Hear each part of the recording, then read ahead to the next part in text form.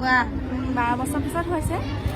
প্ৰথমতে IVF কৰিছিলোঁ। IVF মানে 4 নম্বৰ বাৰলৈকে ছাকচেছ নহ'ল। তাৰপিছত 5 নম্বৰ বাৰ কৰাৰ আগত ইয়ালৈ আহিছিলোঁ, শৰাই দিলোঁ বাবা। তাৰপাছত ইয়াত হৈছে। ইয়াৰ পিছত 12 বছৰ পিছত সন্তান প্ৰাপ্তি হৈছে আৰু IVFত তেওঁ ছাকচেছ হ'লে।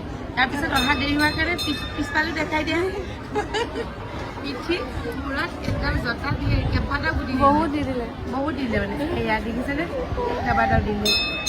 তাৰপৰা আৰু এটা আছে অকণমানি সেইটো ইয়াৰ মূৰত হৈছিলে জঁটা ন হৈছিলে তাৰপৰা কাটি দিলা। ইয়াত আহি শৰাই দিছিলা নে কি? তেতিয়া বাবাক ভাবিছিলা হয় নাই?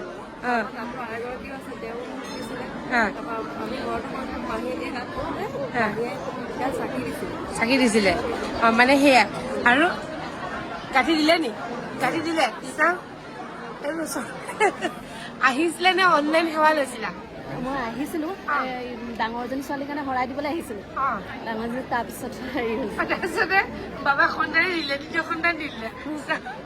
এয়া গাঁঠি এয়া দিছিলে, এয়া গাঁঠি দিছে আৰু তেওঁ গাঁঠি উঠিছিলে নি?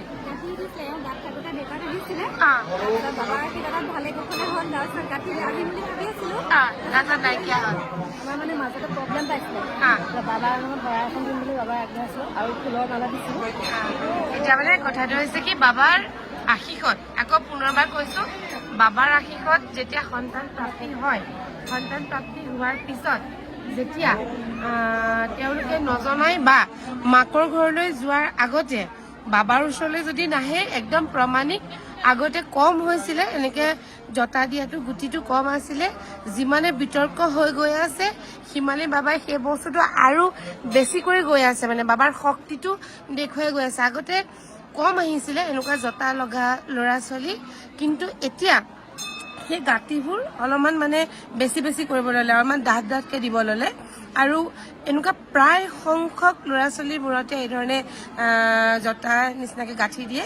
আৰু যিসকল বাবাৰ আশীষত সন্তান প্ৰাপ্তি হয় বা ৰাজহুৱা চাকি গজত বা শৰাইত সেৱালৈ হয় বা ইয়াত আহি শৰাই দি হয় তেওঁলোকৰ সন্তানৰো হয়। আৰু যিসকল নিজেই কনচেপ্ট পোৱাৰ পিছত গোটেই দিনকেইটা বাবা নামত সেৱা লয়, গোটেই দিনকেইটা ভালে পাৰ হ'বলৈ সেই তেওঁলোকো যদি আহি বাবাক নেদেখুৱাই সন্তানক তেতিয়াও এনেকে গাঁঠি দিয়ে।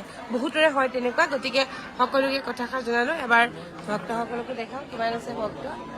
বহুত ভক্ত আছে আজিকালি, প্ৰায় সংখ্যক ল'ৰা ছোৱালীক সেইটো হয়। গতিকে কোনোবা যদি এনেকুৱা ধৰণৰ হোৱা দেখে বাবাৰ নামত শৰাই এখন দিম বুলি ভাবাৰ লগে লগে কিন্তু সেই গাঁঠিবিলাক সৰি যায়। কিছুমান ইয়াত অহাৰ পিছত কৰে। ধন্যবাদ। তেতিয়াহ'লে আজিলৈ ৰাখিছোঁ।